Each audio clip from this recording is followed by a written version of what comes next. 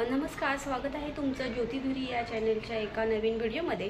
तर आजच्या व्हिडिओमध्ये आपण बघणार आहोत गावरान पद्धतीचा मिरचीचा ठेचा कशा प्रकारे बनवायचा। चला तर मी दाखवते त्यासाठी कोणतं साहित्य लागणार आहे ते, आणि त्यानंतर आपण आहे ना रेसिपीला सुरुवात करणार आहोत। तर मिरचीचा ठेचा बनवण्यासाठी आहे ना मी पूर्वतयारी केलेली आहे। तर ह्या मी मिरच्या घेतलेल्या आहेत, त्या स्वच्छ धुवून कपड्याने पुसून आहे ना कोरड्या करून घ्यायच्या आहेत आपल्याला। आणि हे शेंगदाणे घेतले, तर हे शेंगदाणे आहे ना मी भाजूनच ठेवलेले होते ते घेतलेले आहे। इथे लसूण घेतलेला आहे, मीठ, जिरं, आणि आपण मिरच्या भाजण्यासाठी आहे ना तेल लागणार आहे, तर 2 चमचे तेलसुद्धा वापरणार आहोत। तर ह्या मिरच्या आहेत ना मी 50 ग्रॅम मिरची घेतलेली आहे, तर 20 ग्रॅम शेंगदाणे आणि 20 ग्रॅम लसूण घेतलेला आहे, 1 चमचा मीठ आणि 1 चमचा मी जिरं घेतलेलं आहे। चला तर मग मिरचीचा ठेचा बनवायला आहे ना आपण सुरुवात करणार आहोत। तर गॅस चालू करून आहे ना मी तवा ठेवलेला आहे, आणि तवा आपल्याला छान असा गरम होऊ द्यायचा आहे। गॅसची फ्लेम आहे ना हायच करायची आहे। तर आपला तवा छान गरम झाला की सगळ्यात पहिल्यांदा आपण आहे ना मिरच्या भाजून घेणार आहोत। तर आता मी तवा आहे ना स्लो गॅसवर ठेवते, तर गॅस आता मी स्लो करून घेते। तर सगळ्यात पहिल्यांदा आपण घालतोय मिरच्या।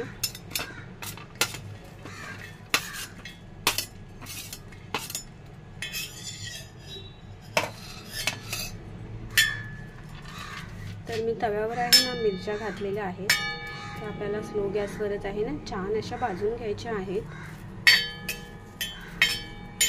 मिरच्या छान अशा खरपूस भाजल्याशिवाय आहे ना त्यामध्ये तेल नाही घालायचं आहे। मिरच्या छान अशा खरपूस भाजल्या की आपल्या मिरचीच्या ठेच्याला आहे ना छान अशी चवसुद्धा येते खरपूस अशी। त्यामुळे मिरच्या पहिल्यांदा आहे ना कोरड्या तव्यावरच छान अशा खरपूस भाजून घ्यायच्या आहेत, आणि थोड्या भाजल्या खरपूस की त्यानंतर आपण त्याच्यामध्ये 2 चमचे तेल घालून घेणार आहोत। तर आता थोड्या भाजू दे स्लो गॅसवरच मिरच्या खरपूस। तर तुम्ही बघू शकता आपल्या मिरच्या आहे ना छान अशा भाजलेल्या आहेत। तर आता त्यामध्ये आहे ना आपण तेल घालून घेणार आहोत। तर त्याच्यामध्ये मी आता तेल घालून घेते।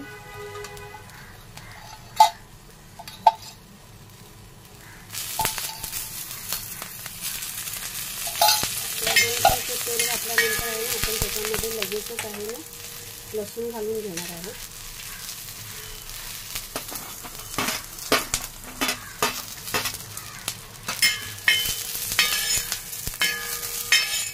तर लसूण सुद्धा आहे ना आपल्याला एक 2-3 मिनिटं छान असा भाजून घ्यायचा आहे। तर लसूण सुद्धा आपला आहे ना छान असा भाजलेला आहे, 1-2 मिनिटं झाले। तर त्याच्यामध्येच आहे ना मी मीठ आणि जे जिरं आपण 1 चमचा घेतलं होतं ते घालून घेते।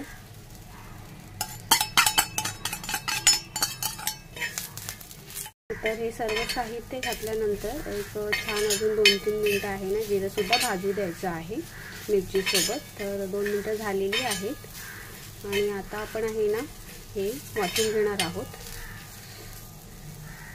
गॅस बंद करते, आणि इकडे एका साईडला आहे ना शेंगदाण्याचं कूट करून घेणार आहोत आपण, आणि हे आपण गरमागरमच असं वाटून घेणार आहोत।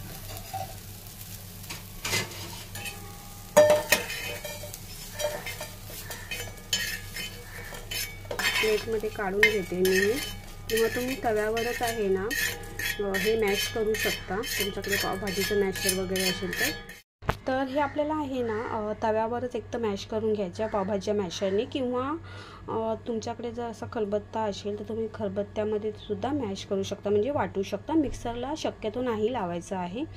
तर आता आपण आहे माझ्याकडे खलबत्ता आहे, त्याच्यामध्ये मी हे सर्व साहित्य म्हणजे मिरचीच्या ठेच्याचं काढून घेतलेलं आहे। तर आता आपण हे खलबत्त्यामध्ये आहे ना असं वाटून घेणार आहोत। आपल्याला साधारण आहे बारीक करायचं नाही, साधारण हे जाडसरच ठेवायचं आहे।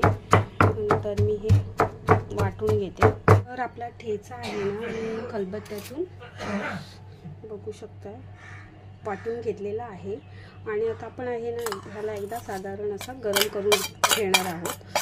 त्याच्या लसूण घातले त्याच्यामध्ये काही पाणी असेल थोड्या प्रमाणात, तर ते सुकून जाण्यासाठी आणि आपला ठेचा जास्तीत जास्त दिवस टिकण्यासाठी, म्हणून आपण आहे ना 1-2-3 मिनिटं असं ठेच्याला परत गॅसवर गरम करून घ्यायचं आहे आणि त्याच्यामध्येच मी शेंगदाण्याचा कूट केला होता तो सुद्धा घालून घेते।